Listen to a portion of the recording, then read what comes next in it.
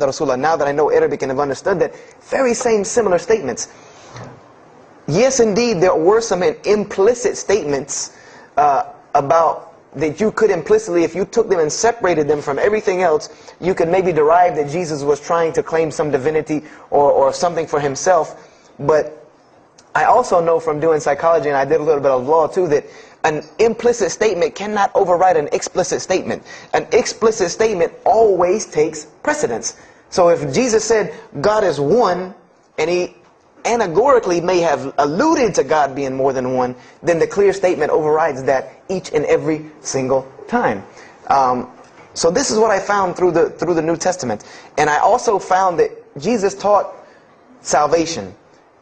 But his salvation that he taught was obeying God and following the commandments. This was his mode of salvation. One man asked him, "Good master, tell me how I can inherit the eternal life." He said, "Follow the commandments." Follow the commandments. He even, in Matthew, was so sincere about it. He said, "Whosoever shall follow the least of these commandments and teach men to do so shall be called the greatest in the kingdom of heaven. But whosoever shall break the least of these commandments and teach men to do so shall be called the least in the kingdom of heaven." So this I understood very clearly, that Jesus taught the same nature of God that was in the Old Testament. He taught that the salvation lied in worshiping God and following the commandments. This I understood. Matthew, Mark, Luke, and John were very clear about this. You know, there were other things, the only begotten Son, you know, but these things were not in red letter, so I did not give them as much weight as what I did to the actual words that Jesus Christ was saying out of his own mouth. So I read Matthew, Mark, Luke, and John. All of it was saying the same to me. I said, and I was thinking to myself, this is not what I was taught about Christianity. You know, you're taught that God is 1 in 3, 3 in 1. You know, 1, 1, 1 equals 3. You know, Father, Son, Holy Spirit. Jesus died on your cross to forgive your sin. You know, and there was another thing that I noticed from the Old Testament, and this is a beautiful lesson to Muslims, because you're asked this all the time, especially when it comes to dawah. And I never put 2 and 2 together until I learned Islam and then read the Bible one more time. Is I wanted to know why the Jews wanted to crucify Jesus so bad. Why so bad? They could have just mobbed him anywhere and killed him on the street. It's not like he had clans like the Arabs that would have come and backed him up. I said, why didn't they just kill him? You know, why were they so strict and sincere to tell Pontius Pilate, you got to kill him and you need to sanction it? We can't do it, but you need to sanction it to kill him. And now I understand it. Was that Jesus had a mission, and that mission was to share God with the world. And Paul even kind of tells on himself in his book of Galatians as to why Jesus was meant to be crucified, or the Jews wanted to crucify him. Paul said that the crucifixion is the stumbling block for the Jews. And he explained in Galatians that Jesus Christ, and this is how he tried to roundabout explain it, was cursed for us, to remove us from the curse of Allah by taking this curse upon us. For it is written, and he quoted the Old Testament, everything that hangeth on a tree is cursed. So I went back and studied the Old Testament and Judaic law, and I realized that people who were crucified, that was considered a curse upon them. You had to do something pretty serious to get crucifixion, because it was considered a curse from God. It was part of their law that when someone is crucified, that person is cursed. So wherever they buried these criminals, like in the graveyards in Israel, in Jerusalem, in Palestine, where they buried these criminals that were crucified, this was considered cursed ground. This was considered ground that you didn't go on, and you did nothing here, because these people are cursed by God. So I started to put 2 and 2 together. That it's not that they wanted to kill Jesus, because they could have just killed him. They wanted to disprove who he was. This was their point, was to disprove who this man was. He said he's the Messiah. They wanted to disprove it, and they knew if you can crucify Jesus, he can't be the Messiah. He cannot be our Messiah if you can crucify him. And even if he is, if we can still force our crucifixion on him, then that'll detriment his message. So they understood this and knew this, and this is why they wanted to crucify him. And this is exactly why Allah saved him from it. Because everyone asks you, why did Allah save him from the crucifixion? Because you cannot crucify. That was part of his law that he came to fulfill, that he could not be cursed according to this law. He said, I have come to fulfill the law. To fulfill it. Therefore, he couldn't be cursed according to it. And this is why he went to the Garden of Gethsemane and asked God to remove this from him, because he knew how detrimental this was to his message of crucifixion. So I began to see all of these things.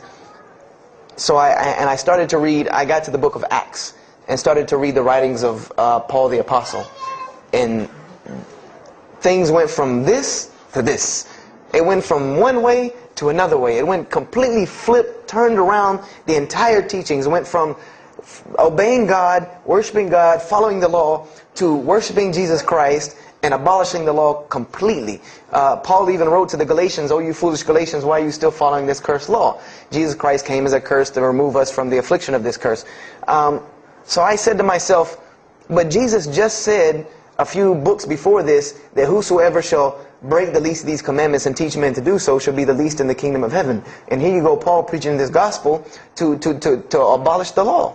So I even asked, what is going on here? So I started asking my pastor, and my pastor said, now you're getting into deep water. You know, now you're starting to question the New Testament. You really have some issues. You know, they even thought that I might be, you know, possessed and all kinds of things. So I had a very big conflict going on inside of me, and my friend took me to his textual critic teacher, his professor, and what this man told me probably wrecked my faith in Christianity. And I always say, I doubt he would be very happy me traveling around the world telling people that a Christian professor from Bob Jones University wrecked my faith in Christianity. But he did. Because what I asked him was, what happened to all these contradictions? You know, in the Old Testament there are many contradictions. If you study Hebrew language, you'll understand that when you read some of the Old Testament or the Torah, that there are some parts of the Torah that you can see is the most beautiful Arabic that you can see, just the most beautiful Hebrew that you can see, just like when you read the Quran. It's very beautiful Hebrew. And then 2 chapters later, you'll see Hebrew that looks like a broken 3-year-old who is trying to scribble some Hebrew down. It looks very colloquial, very dialectic. You can tell it's not the same person speaking. So I went and asked him about all this stuff I saw. And he told me, he said, what you have is a book written by men over centuries and centuries and eons and eons.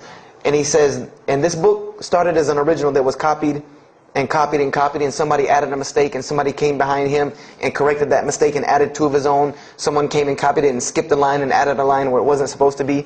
And then someone else came and copied it and took it to his country, and in order for it to fit well with the doctrine they were teaching, he would cross out a dot here or cross out a word here or change a word here so that it would fit with the theological ideas of this part of the world.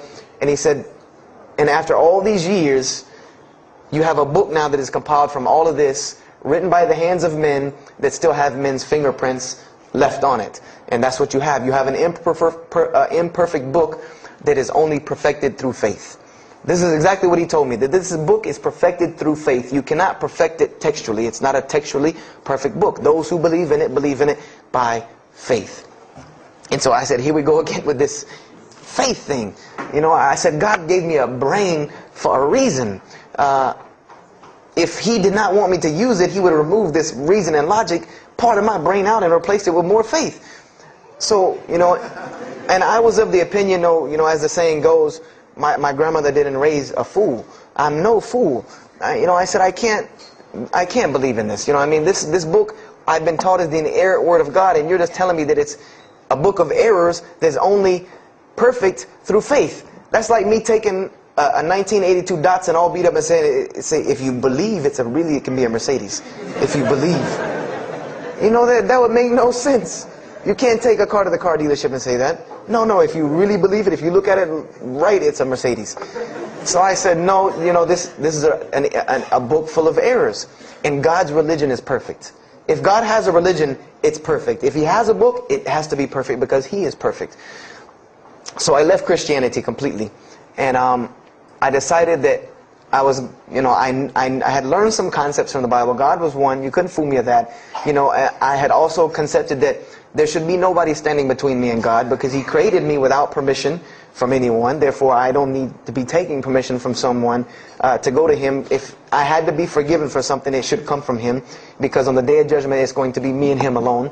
And I didn't know about God's prophets yet. You know, I had my doubts and persuasions about that. So I decided to start searching other religions. I went back to Judaism. I studied Judaism I found the same thing that Jesus taught about two spiritual Jews that leave the law, and Jews that were so caught up in the law that they left no room for spirituality. I studied Buddhism, Hinduism, Taoism, Confucianism, Wiccan, Bushido. Everything I could get my hands on, every type of ism or religion, I studied it. But there was one litmus test that I used for every religion. And whenever I met them, or the people or whatever about this religion, I would always ask them, do you have a book? Do you have a book? Because another thing I had come to the conclusion of is that if your religion is true, you should be able to tangibly hand me something and show me that this religion is true. Give me something that I can see. I don't want to hear that faith stuff anymore. I heard that all my life, and look where it got me. It got me thinking I'm driving a Mercedes running around in 1982 beat up Datsun. I said, no, you have to show me. And so I read the Bhagavad Gita, I read the Torah, I read the Scrolls of Tao, I read the Code of the Bushido, I read the Wiccan Book of Spirits and Spells and all that other magic stuff they have. And I read all of these things, and I found something very congruent with all of it, was that there were very same philosophies and teachings in all of these major religious books. They all talked about God and His nature. Most of them alluded to the fact that God is one, and that God sends messengers to us and people to us to teach us. But they were filled with a whole bunch of garbage, to be honest with you, that I couldn't logically, rationally believe. So at about the age of 17, just about the time, about 17 and a half, I gave up my search for God. And I became kind of angry with God, because I said, here I am looking for you, and I can't find you, and it doesn't look like you're giving me any help. And I don't know how many of you know, but for a 17-year-old that is frustrated with God and the world, there's a lot of trouble he can get into. There's a lot of things he can do to put himself in predicaments when he's frustrated with the world and had come to the conception that, if there's a God that exists, then He doesn't really care about me. That's a kind of a dangerous young man. So I started doing the whole partying in trouble, going to parties, drinking underage, all of this stuff I started doing. I'm a perfectionist at heart.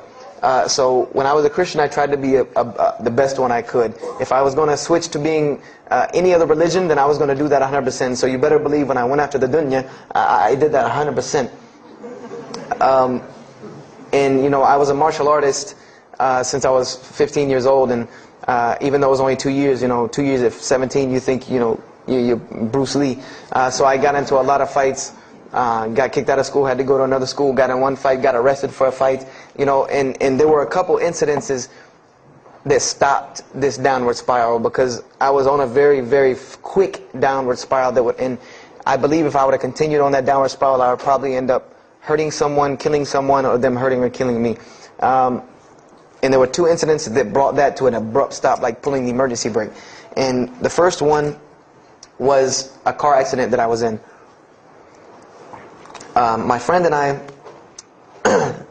were on the way back from Clemson University from a frat party, and we were driving up 385 in South Carolina, and we were both highly intoxicated, and I decided that night that he was driving, I decided to put my seatbelt on for the only reason that I kept falling over when I fell asleep without the seatbelt on, because I didn't really believe in the seatbelt thing, because I said if I'm going to die, I'm going to die. That's the conception that I come up with. That if it's time for me to die, it's time for me to die. I didn't believe in the whole tying your camel thing. So I put on my seatbelt, and I fell asleep. And the next thing I know, I remember waking up with the car shaking. And I woke up to grab my friend because I thought maybe he had fallen asleep. But when I woke up, the only thing I saw was the tree line and then the pavement coming right at my face. And the window smashing and the car flipping, the whole 9 yards.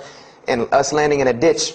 And I remember getting out of the car. That was the first thing I thought. Number one, I couldn't believe that. You don't really think about, oh, you're alive. No, you just move. I jumped out of the car and realized that I had jumped out of the back of the car that wasn't there anymore. It was still in the median on the other side of the highway, and the front part of the car was over in the ditch. And I drug my friend out, who was knocked unconscious, and pulled him over the side of the road. I had no injuries. I looked at myself trying to find what's missing. And there was nothing but a piece of glass stuck in my arm that I pulled out. And it just so happened that a state trooper was passing the other way because he turned around and came back. And when he came back, he asked what had happened. And the first thing he asked me was, did you see what happened? Because there was other people who were pulled over, so I guess he thought that I was a bystander because I started to walk towards him. He's like, did you see what happened? You know, where are the people? I said, yeah, I really saw what happened. I was in the car. You know, and he was like, you know, as they say, like the color drained out of his face because he was shocked. He said, "There's no, how were you in that car?" You know, and of course they took him to the hospital. My friend got arrested, DUI. But before he put us in the ambulance, he was a man of God because he looked at me and he told me, he said, "Young man, you better realize that you're on this earth tonight for a purpose. The only reason you're still alive is that God has a purpose for you. If not, you don't live through things like that. People without purpose, if you didn't have a purpose, then this night would have been your night. So you need to realize that." I said, this old man's out of his mind. You know, if God had been looking for me, he had the opportunity to get me a long time ago, so don't tell me about that God stuff now. So I paid it no attention, and about a month later, 3-4 weeks later, my friend and I, same two, he's on crutches still, we decided to go to New York City. We decided to just take off, drive to New York City. We didn't tell our parents where we were going. I said I was sleeping in his house, he said he was sleeping in my house for the weekend. So we drove to New York. And in New York, I remember going to the ATM to get some money. And in New York, they have these ATMs where you have to go in the little glass room to get your money at ATM. I don't know if they have that here or if any of you have been to New York. Now, alhamdulillah, you have to put your bank card in to go in there. But in '97, it was not like this. You went in, and it was almost like the game Mousetrap, because you go in, take out your money, criminal comes right in behind you. There's nowhere for you to go. You know, there's nowhere to run. So I went in and I took my money out of the ATM, and I heard the door open behind me. You know, so I turned around. You know, I thought somebody was coming in behind me, and there was a man who put a gun to my face. And he must have really, really, really, really needed this money, because he didn't ask me anything. He didn't say a single word. I just remember looking at the gun in my face and him pulling the trigger. And it was a revolver. And to this day, I'll never forget that image in my head of seeing that little spindle turn and hearing that very distinct click of a revolver. And it probably could have been like a .32 snub-nosed gun like this, but when it was in my face, it looked like one of those like cannons that you see on the movies. And I remember when he pulled the trigger, I didn't think anything. You don't think anything. You just blank. You just go into this like shock of blankness. And then a couple seconds later, thankfully I had been doing martial arts. That might have helped me overcome the fight or flight syndrome, because all I could think was, go! You know, like myself kicking myself, like, what are you doing? Go! So I bum rushed him. We went flying, he went flying, money went flying, gun went flying. And I took off and went to the hotel and didn't say anything to anybody. We went back to South Carolina the next day. And I didn't say anything because we weren't supposed to be in New York. My grandfather would have killed me. If that guy didn't kill me, my grandfather would have took care of it. So I didn't say anything until about a month or two later. You know, I kept having nightmares about this same incident. I kept having night terrors from this incident. And so I told my grandmother about it. And she told me the same thing that the officer had told me. She said, you know, you have to realize that God has a purpose for your life. You're here for a reason. People don't go through the things that you've been through and still walking on this earth without a reason, and you're pushing the limit. This is what she told me. You're pushing the limit, really. God has something for you, and He wants you to get it, but you're pushing it. And she didn't tell me to go back to Christianity and study my Bible. The only thing she told me was that God hasn't gone anywhere. You just have not looked in the right place yet. And so I decided to put myself back together. You know, the car wreck, the gun thing, the getting arrested for fighting, like all of that, like really made me stop really quick and think, you know, that I need to get my stuff together. So I became an agnostic, someone who I believed in God with no form of religion. I prayed to God on the floor on my hands and knees, because this is how all the books of God, this is how the Bible, the Torah, the New Testament, the Bhagavad Gita, all of these scriptures that I ever read, they said that this is how the men of God prayed. And it was during this time that I did read one book about Islam in the public library, because I had never heard of Islam ever. But I remember I was looking in the religious section in the library at school, and there was a book about Islam. and or it was in the library, the public library, and I remember it was some title like "Why I'm Not a Muslim" or some, you know, one of these titles that was propagandistic against Islam, but I had no idea. So I just took the book and I read it, and I remember it said that Muslims, M-O-S-L-E-M-S, and any of you knowing Arabic knows that's a very derogatory word. A Muslim is someone who oppresses someone else. That's a very quick sleight of the pen that was used in the past for a very real purpose. It said that Muslims were people who worshipped a moon god named Allah, who lived in a box in the desert in Saudi Arabia, and they were oppressive to women. I remember there was a whole chapter about how they could have 4 wives and as many as they want, actually, because they could marry 2, divorce 1, get 3 more. You know, this whole, you know, and it said that, you know, I remember the one thing that really caught my attention was the whole chapter on jihad, where it said that Muslims were allowed to kill non-Muslims at any time, at any place, without discretion, and it was an honorable act, and not only would they go to heaven before it, but they would get 70 virgins on the way. You know, so I closed the book on Islam, put it back on the shelf, and marked off Islam off my little list of religions, and said thanks but no thanks, and if I ever see a Muslim, I am out. And I said I'm pretty safe in Greenville, South Carolina. I had never seen a Muslim ever. So I said, you know, I don't have to worry about running into no Muslims, thank God. So, you know, I started, you know, just worshiping. You know, I tried to just be a good person, you know, pray to God, ask Him for guidance, try to be a genuinely good person. And I remember what changed is when I met a Muslim. I met a Muslim who I had met a couple of times at school. We had went to school together, and I knew him, but I never knew that he was Muslim. And there's a couple of reasons why I never known he was Muslim. Because he was African American, number one, and the book said that Muslims were Arabs. And number two, I didn't know, you know, I thought Muslims ran around, you know, marrying as many women as they want and killing non-Muslims. I didn't know that they could also be part-time drug dealers. So I didn't know, I never knew that this guy was Muslim. I didn't put 2 and 2 together. So we were at his house one day, and me and my other friend, the one that, you know, I got into a lot of trouble with, I'm trying to keep him out of trouble now. We were at his house, and we were debating something about religion. I forget what even the topic was, but you know, you had 2 teenagers thinking they know everything. And I was trying to explain something to him about the Bible. And that guy came in and was listening. He said, "Have you ever heard of Islam?" I said, "Yes, I've heard all about Islam." He was like, "Okay, so what do you think of it?" I said, "What do you mean what I think of it? That's probably the worst religion I've ever seen on the face of the planet." He's like, "Why?" And he's like, "But I'm a Muslim." I was like, "Man, stop playing." You know, like, you're an African American. You know, he's like, "So?" I'm like, "The book said you guys were Arab, that all the Muslims were Arabs." He was like, "What else did you read in the book?" And I told him. He was like, "Man, what in the, you know, what have you been reading?"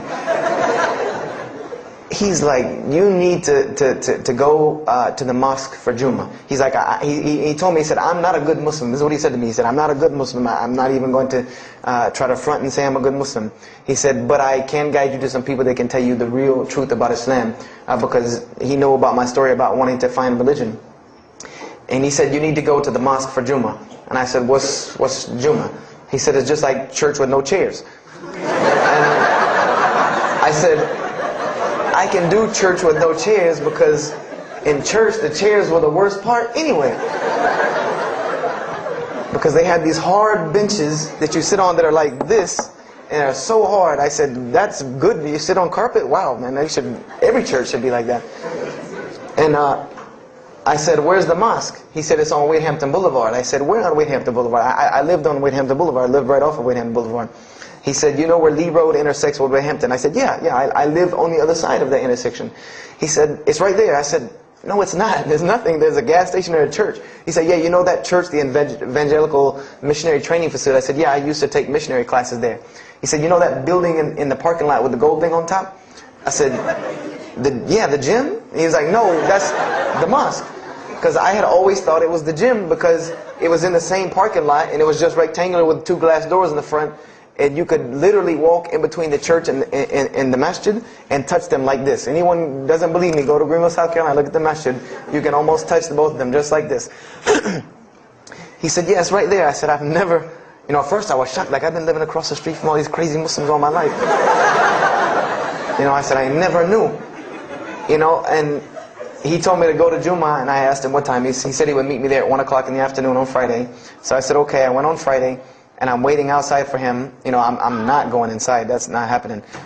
You know, and I'm seeing all these people going in, and at this time, it was a predominantly Indo-Paki Arab masjid. Anyone who went in was not American, period. And I did not see even one African American going there. And I did see one, and then when he went in, I heard him talking in a dialect that I realized he was probably from Africa. So I said, he's not American. So I'm not going. I'm waiting, and I'm standing outside, sitting on the church steps, and the imam pulls up and parks right in front of me, who I had no idea he was the imam. But he got out, and he asked me, you know, am I waiting for someone, this, that, and the other? And I explained to him. He said, oh yeah, we know this brother. You don't see him that much, but we know who he is. And, you know, he said, I'm glad you came. You know, he was a very, very nice, gentle young man. And he invited me into the mosque, and I kind of wanted to wait on my friend, you know, but I didn't want, you know, at the same time I didn't want to tell this man I don't want to go in. So I went in, and they put me in the back and gave me a chair anyway. And I said, I came to sit on the floor. And they gave me a chair anyway, you know, and all of these people are piled up in front of me, and there's no Americans here, and I'm starting to wonder, you know, if this is a setup, because it's starting to smell like a setup to me, because in my mind I'm like, you've been set up before, and this seems kind of like this. So, and I'm starting to think in my head, you know, scenarios, you know, a young mind at play. You know, I said, this other guy, my friend, he probably was in the same situation like me, and he probably made a deal with them to get out, as long as he brought other Americans and tricked them into coming to the mosque, so they could do their jihad after Jummah and get their 70 virgins. So I'm sitting here, and there's all these people in front of me, and then there's a curtain with all these people behind me making noise, and I have no idea who's back here. So I'm stuck in the middle of this. I hear that it's some women, but I don't, you know, there's a curtain. I have no idea. So I'm like, there's something very odd about what's going on right here. I'm like, just let me make it. I'm starting to look for the exit. I'm like, you know, calculating how many people are between me and the exit. You know, I know some martial arts, so I said I might hit a couple of them, and I'm out. And then the imam came, and I just now realized that he was the imam because he got up on the minbar, you know, and they started to call the adhan. And, you know, I said, okay, that man seemed nice. He seemed genuinely nice. So I felt a little more comfort. And then he got up after the adhan, and he started his khutbah. Inna alhamdulillah nahmaruhu wa I said, oh my God. I said, I bet you he's talking about me. You know, and he's being forceful. You know, he was getting loud and banging on the minbar, and he's pointing in my direction. You know, I'm like, oh man, I gotta get out of here really quick, you know. I said, well, I'm going to take my chance with the women behind me. I'm going through the curtain. And then he started to, when he got done with his Arabic tirade, he started to explain it.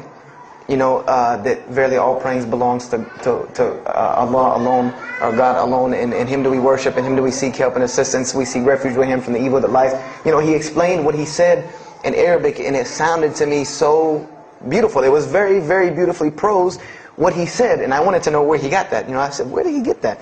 You know, because it was only about God and about the nature of ourselves. All of us should know that beginning of the khutbah, and he quoted the 3 verses from the Quran. O you who believe, fear God as He should be feared and do not die. And instead of state of submission to Islam, he was a very wise man, because he translated everything. It was almost as if he knew I was there and translated everything for me. You know, and he. I remember to this day what the khutbah was about. And I don't know if he did it because I was there, or if that was his already planned khutbah, but it's almost as if it was meant for me. The khutbah was that, the title of it was that the forgiveness of Allah is open to anyone at any time, at any place, no matter what, unless they have committed shirk. And the prose of the khutbah was a very long hadith. A very long hadith that some of you will know. And just to make it short, it was the hadith where the Rasulullah ﷺ met Angel Gabriel or Angel Jibreel, and Angel Jibreel was telling them, to tell him that if the Muslims commit this certain sin, to tell them that Allah would forgive them. And every time he would tell the Muslims, they would say, okay, well then what about this sin? And he would go back and meet with Angel Jibreel, and he would go back and come back and say, tell them that Allah will forgive him for that. And this discourse happened, for many different sins. And then finally Angel Jibreel alayhi salam said, tell them that Allah has said, no matter what they do, even if their sins are compiled, like the oceans are from the east to the west, as long as they have not associated a partner with Allah, tell them that Allah will forgive them. And I remember he told me that, or he said that, that the door of repentance to God is open as long as you have not seen the angel of death or the sun hasn't risen from the west. I didn't really understand the sun risen from the west thing at that time. But, and he said that, God's forgiveness has to come from God alone. And this was the whole premise of his khutbah, was on forgiveness and tawbah.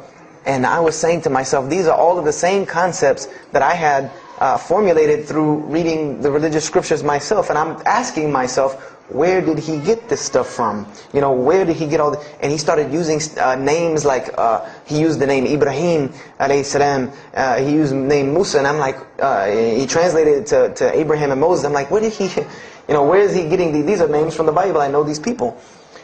And so after the khutbah, they started lining up for the prayer. And I got apprehensive because everybody's getting up in front of me and blocking my exit from the door. And so I guess one guy in the back saw me, and because I had to move back a little bit, he said, we're about to pray. And I said, pray to who? And he said, to God. I said, which one? And he said, the one that created the heavens and earth. The same one that's in the Bible, the only creator of the heavens and earth, the only God. I said, yes, I know him. And so the Imam started to pray, and when he recited the Quran, I know it sounded very intriguing. I had no idea what it was. But then when I saw Muslims bow and prostrate on the floor, verses and verses of every religious book that I had ever read started ringing off in my head, that this was the way men of God prayed. And the first thing that I could think of in my mind was, this is worship. That's what I said to myself. This is not prayer, because prayers are asking God for something. These people are worshiping God. So I said to myself that you've written this religion off way too easily. I thought I was a much more open-minded person than that, and I was ashamed of myself that I had written it off with just one little book. I had put all this studies into the other religions. I read this one thing about Islam and was done. So I went to the Imam after Jummah. He talked to me, and I would have to say that I was probably a little bit rude with him. And I've asked him to forgive me. I saw him a few years later. I said, you got to forgive me for the first time you saw me. Because he started telling me, would you like to know a little bit more about... He had a very heavy accent. He was an Egyptian brother. Would you like to know a little bit more about Islam? He tried to give me some pamphlets. I said, no. I don't want any of this right here. I said, do you have a book? This is what I wanted to know. Do you have a book? Can you give me... He said, yes, we have a book. I said, it's called the Quran. I said, can I read it? Is it in English? Can I read it? He said, sure, you can read it. And then he tried to explain it to me a little bit, how it came by. I said, nah, just give me the book, because the book should speak for itself. So I took the Quran home, and on Friday night I started to read it, because this is a book I had never seen before. And I was very interested. So I went home and I opened the Quran, and I read the Fatiha. It seemed to me kind of like the Lord's Prayer. It was a little similar to what I found in the Bible. But then I started to read Surah Al-Baqarah. I started to read Surah Al-Imran, and I started to see names that I had seen before. I started to see names like Abraham, Moses, David, Jesus, Yahya, John the Baptist, Zechariah, Mary. And I said, I know all of these names, but there was something different about these people in this book. The prophets that I found in the Bible were people that were deplorable, of not very character. These same men in the Quran were someone who were at the highest echelon of moral character and moral fiber. They were someone that was an example to be followed because they lived the message that they preached. Therefore, they were able to be followed and emulated. So I read all of these chapters, and I read the story of Jesus, peace be upon him, because when I saw the name Jesus first, that really intrigued me. I wanted to see, what does this book have to say about Jesus? And I read the story in Ali Imran, and I read the story in Surah Al-Maryam, and it was it was more beautiful than anything I had ever read in the New Testament or any nativity story that I had ever heard. It was more beautiful than that times 10. I remember the only thing that I could capture in my mind was the miracle of how, because in the Bible you never really figure out the conflict of how Mary gets over this finger pointing at her about her coming with a baby and she's not married. There's no real end to that. There's no real defense for her from this in the New Testament. But the Quran is so explicit and so clear that Jesus' first miracle was to speak from the womb, to speak as a baby and defend the honor of his mother. Something that you cannot deny. Something that you cannot deny about her, who Mary was, when you have this baby speaking on her behalf. So I would say I read the Quran entirely in 3 days. But that first night, after I had made it through Surah Al-Imran, my heart was already given to this book. I didn't know what it meant to be a Muslim. I didn't know how to be a Muslim. I didn't even know what that meant. But I knew that whoever it was that followed this book, I wanted to be like these people. I wanted to be like the people that I read about in this book.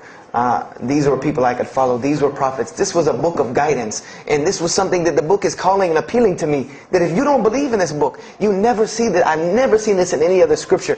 The direct challenges that are in the Quran, that if you don't believe this book is true, put it to the test. Put it to the test. And this was something that was so astounding to me, that God is telling you over and over again, if you don't believe this is the truth, test it. Bring me something else like it. Test it. Put it to test. If it was written, if there was more than, all of the analogies about God, everything was so logical, so rational, so reasonable in my mind that it was like 2 + 2 = 4, and that was it. There was no 1 + 1 + 1 = 3, egg, yolk, water, fire. There was none of that foolishness. The Quran was very direct and very straightforward in its teachings. So I gave my heart to Islam that night in my living room, reading the Quran, and I cried and cried, that I had been looking for the truth all this time, had searched all this way, and it was right across the street from my house. And so I went back on Monday to accept Islam and ask these Muslims where in the world they've been all this time, and I go ready to go in there and do my thing, and I go and the masjid is locked. And because they only came on Fridays and for Isha during that time, and I didn't know. So I said, okay, I guess I have to come back on Friday, because every time I passed by the masjid after that, it was always locked. So I came back on Friday and I took my shahada, and as they say, the rest is history. But I don't travel around the world, and this was in December of 1998. I don't travel around the country and the world telling my story, just for the entertainment value. Even though I've been told it does have some entertainment value, I don't tell it for that person for sure. If that was the only reason, then you could just get it off of YouTube and it was the same exact story. I'm going to finish with this, and I hope you can give me 10 more minutes, inshallah, to tell you why I go around telling my story. I tell my story to let everyone realize that there are millions and millions of people just like me. Just like me in 1998, searching for the truth, can't find a way out. There are millions of people. There are probably millions of people in California, hundreds and thousands, if not millions, right here in in Orange County and Los Angeles in the Southern California area, that want to know the truth, that are tired of hearing the same garbage preached to them over and over again, tired of this shaitan box telling them the same thing over and over again, tired of the world being in the condition that it's in, tired of their life being in the condition it's in. And we as Muslims have the solution to every single one of their problems. And guess where we keep it at? Right here inside the masjid. Right here inside the masjid, we have all of this truth. We have the solution to every problem in the world. You want to solve the world hunger? The problem of world hunger? Islam has the problem. You want to solve the problem of world poverty? Islam has the answer. You want to fix the economic situation of this country? Islam could fix it tomorrow. And this was in an op-ed piece in the Washington Post. In the Washington Post, there was an op-ed piece that the two markets that are falling apart in this country are investments and housing.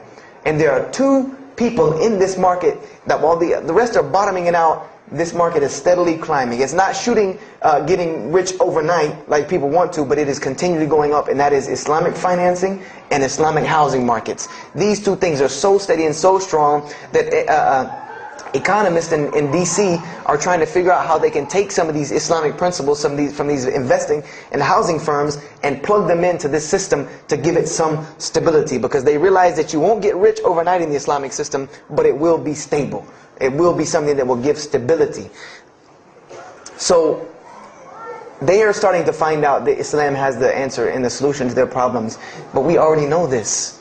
We already know this, that we can solve every world problem with Islam, would put it into it. But the problem is, we're hiding it from the people. Unfortunately, willingly or unwilling, knowingly, unknowingly, we are hiding this from the people. And there's a statement in the Quran, and that Allah warns the Jews about what they did with their religion. And it is a statement that is left in the Quran for us, that verily those who conceal the evidences and the clear proofs, after we have made it clear for them in the book, they are those who are cursed by Allah and cursed by those who curse, unless they repent and reveal that which they have been concealing. Those I will accept their repentance, because I am the one who accepts it, the most merciful. We have become guilty just the same way the Jews have of hiding the truth about their religion. When they saw the Prophet Muhammad ﷺ, they knew the truth and wanted to hide it. People, we know the truth about Islam, and we are hiding it. We as Muslims are running around begging Allah for dignity and honor and help, when He has already given it to us in this deen. Everything that a Muslim could ever want has already been given to him in this deen of Islam. Anything that you ask Allah for, there is an account set up for you to go take it out of. You just got to find it where it's at. And any of you, I'm not going to go through the ayahs for they're too long, but if you want to know the solutions to every one of your problems in this world and the hereafter, just go read Surah Al-Saf, ayah 10 through 13. Very, very easy solution. If I had the time, I would read them to you, inshallah. But we have the cure to every disease in the world. And we're not giving it to the people. And I want to use this as a parable, because I really want this to hit home with you. Let's say, what is your name, brother? Abdullah, mashallah. Let's say me and Abdullah are best friends, we're brothers in deen, we're roommates, and we've been roommates for years and years and years. And let's say brother Abdullah has contracts an illness, a disease that is one of the most painful diseases that any human being can ever go through in his life, and it's not something that is going to kill him quick. Let's say this disease is going to suffer and fester with Abdullah and make him not be able to eat, sleep, nothing. He's just miserable all the time. When I come home in the evening, he's rolling around on the floor in pain. And let's say I know him in this condition, and let's say one day I come across the cure for his disease. Someone tells me that if you give this to Abdullah or anyone like him, he will be instantly cured and he will never suffer again. And let's say I take that and put it in my pocket, and I don't give it to Abdullah. Why? Why don't you give it to Abdullah? Well, number one, I'm way too busy. I have 2 jobs, going to school, I have a long commute back and forth, I got to drive up and down the 405 every day. I don't have time to give Abdullah this medicine, man. If he wants the medicine, he'll go get it himself. I don't have time, I'm really busy. Number 2, I'm not a doctor. I should not be prescribing Abdullah medicine, and I'm not knowledgeable in medicine. If he wants help, he should go see a doctor. I'm not a doctor. Number 3, Abdullah's, please forgive me, but Abdullah's kind of stubborn. He doesn't really listen very well. He probably, he's kind of set in his ways. So even if I tell him this medicine is good for him and it'll cure him, he probably wouldn't even take it anyway. So why waste my time? Do any of these excuses sound familiar? And let's say I don't give this medicine to Abdullah, and he dies. And let's say he dies the most painful death that you can ever imagine. I want to ask you a kind of rhetorical question. Do you think on the Day of Judgment that Allah is going to call me and Abdullah up and ask him about this incident between me and him, because I've oppressed him? I have oppressed him. I've allowed him to suffer, knowing that I could ease his suffering. I'm sure Allah is going to ask us about this. But the beauty about Islam is that if Abdullah was a good Muslim, bore this disease patiently and died, he dies as a shaheed, inshallah. And on the Day of Judgment, this is how beautiful Islam is. That he could very well come before and Allah ask us about this, and Brother Abdullah say, you know what? Allah, I forgive him. So you forgive him. This is the beauty of our religion. And Allah will forgive me. But the disease I want to tell you about is the disease that every single non-Muslim walks around with every single day, and they don't even know it. It has no real physical symptoms. And that's the disease of shirk. The disease of being jahl, being ignorant about Allah subhanahu wa ta'ala. Allah gives them life and they worship someone else. Allah feeds them and they thank someone else. He created them and fashioned them in the womb of their mother and knows them better than they know themselves. And they have no idea who He is. They don't even know who He is. If that doesn't pain your heart to see a person in this condition, then for sure the hearts have become hardened. Because when I see non-Muslims, especially when I sit in places like airports, I see this disease. I see it on them. I see them walking around with it. And there's so many of them passing me, I think to myself, there's no way I could talk to all of them. There's nothing I can do. And this disease is something that not only is not going to show up as a physical symptom, and is going to leave them ignorant about Allah subhanahu wa ta'ala, but when the day they die, they will die the most physically painful death that anyone can ever suffer. The Rasulullah said that when the angel of death comes to the disbeliever, it doesn't come kindly. He yanks the soul through the nose and it's as if his flesh is torn from his bones. It's as if they take Brother Abdullah and turn him upside down and stuff him in a human paper shredder. This is the death that is waiting for those who do not know Allah subhanahu wa ta'ala. And you know the unfortunate thing? That while you've been sitting here listening to me, thousands of people have died. Thousands of people have lost their life not knowing Allah while I'm talking to you right now. People in this city have lost their life. And there's nothing we can do about them. They're gone. It's too late for them. We can't save them even if we want to. And that's a deplorable, deplorable, sad, sad fact. That we can't save them. But there are many, many, many, many who we can save. And that all that takes is us taking this light of Islam we have and showing it to the world. There's a statement in the Bible, and I finish with this. Whether Jesus ﷺ said this or not, doesn't matter, because this statement is one of the most profound statements that has been somewhat of a focus for me in my mission of da'wah. It is said that no one would bring a candle into his home and then place a bucket on top of it, because then no one would benefit from the light. No, if someone would bring a candle in their home, they would set it on the table in the middle of the room so that everyone could benefit from this light. And unfortunately, the Muslims of this generation, we are a bunch of candles with buckets on top of it. No one can see our light. No one can see the beauty of Islam in it. Believe me, if you don't see it, believe me, take it from someone who was once standing on the outside looking through the window at that light. It is one of the most beautiful things you can ever lay your eyes on. It is a treasure to be found of treasures. And everyone else can see this, and they will see this if we show it to them. If we allow Islam to be Islam. If we start becoming Muslims, meaning that the best form of da'wah that you can do to this world is very, very simple. It's not complex. It doesn't take a 10-hour workshop, even though some of the details do. But if you want to know the way, the best way to do da'wah is for Muslims to be Muslims. That's it. Study our history. Study the history of Islam. Why was the world conquered by Islam? Not through military campaigns and wars, but through Muslims being Muslims. The most populated Muslim country, Indonesia, was because of Muslims being Muslims. A few Muslims deciding to get up off their behinds and go to another country and live their life as Muslims, not shaving off their deen to be pleasing to those people, but being Muslims.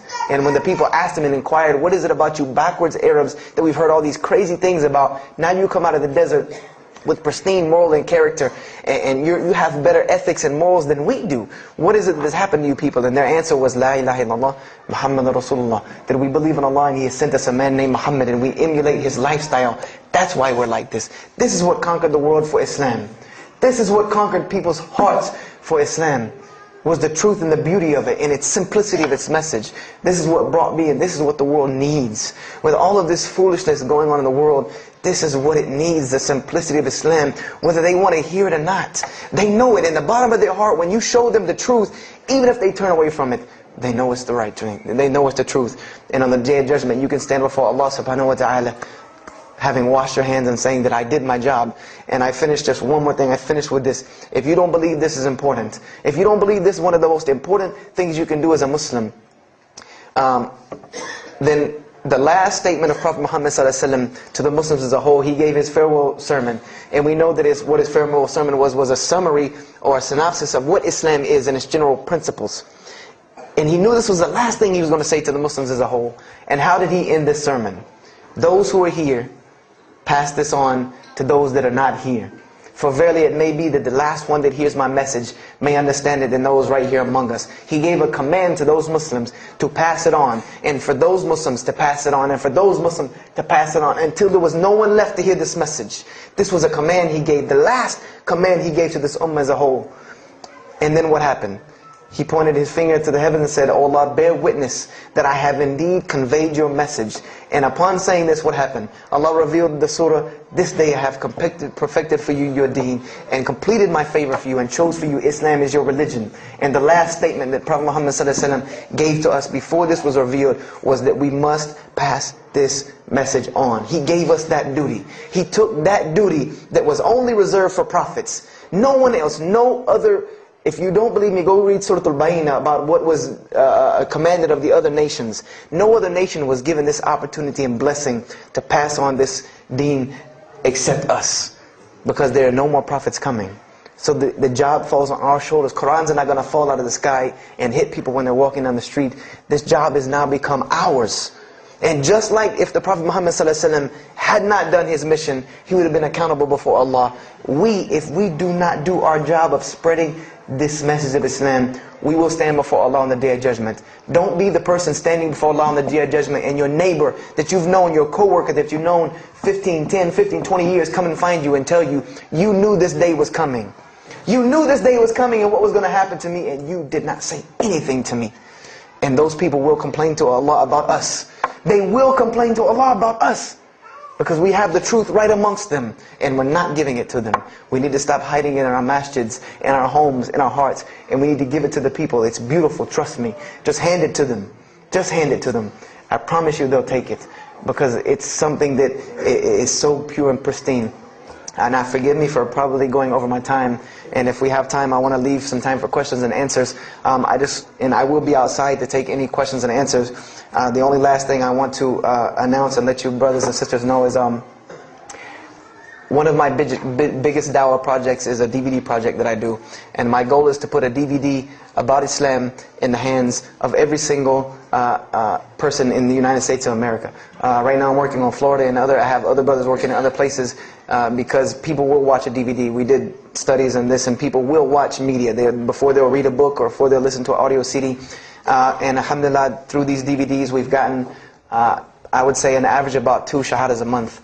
Because my personal contact info is on the DVDs, and people watch them and they call me and I converse with them, and usually most of them accept Islam. I just had a shahada the day before yesterday from Irvine, Texas, from someone who had bought the DVD and given it, a Muslim had bought it, gave it to his friend. His friend hated it or didn't want it, so he gave it to another person, and that person gave it to a co-worker at work who watched it and accepted Islam. So this is one of my biggest projects.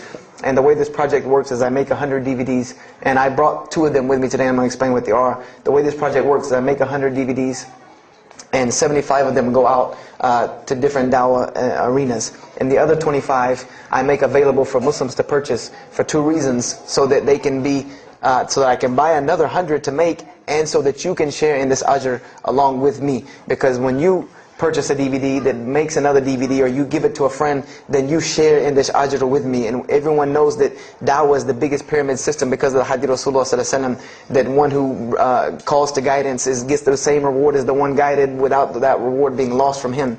So I make these DVDs available to the Muslims so that you can put a little effort in dawah and make another 100 inshallah. So I brought 2 today, and they're outside. One of them is called Islam in the Bible, which is basically what I just told you in a PowerPoint format, so that you could see all these verses that I saw, all these things that I read that allowed me to see the truth of Islam very clearly when I saw it, and I coincide them with the Quran so that you could see them. And there's another one the other one's called The True Gospel of Jesus Christ, where I go through the New Testament. Well, first part I think is an interview about me and my story to Islam, and there's some other Q&As on the other DVDs about nature of God and all these different things. But it's a PowerPoint presentation about the New Testament and Jesus Christ, and how you can prove to someone that Jesus Christ taught Islam from the New Testament, from their own book, that they have to agree. They either have to believe it or reject it. And if you believe it, then you have to believe what I'm saying is true about Islam. If you reject it, then this is your book, not mine. So, you know, I try to use these two teaching methods, and they also can be given to non-Muslims because they're in a PowerPoint format. They're in a very educated format, and they're available outside for $10 each. So if you could, please don't make me take any of them back home, because they always hassle me about taking 200 DVDs on an airplane anyway. So please come and get them. And if you have any questions, my contact info is on there and everything. If you have any more questions for me, and my website and everything. I thank you for your time. And if anything has been of benefit, know that truly all good comes from Allah subhanahu wa ta'ala. And if anything that I have said is incorrect or hurtful or shameful, know that indeed that comes from my own nafs and my own lack of understanding. أقول هذا واستغفر الله لي ولكم فاستغفروه إنه هو الغفور الرحيم. السلام عليكم ورحمة الله وبركاته.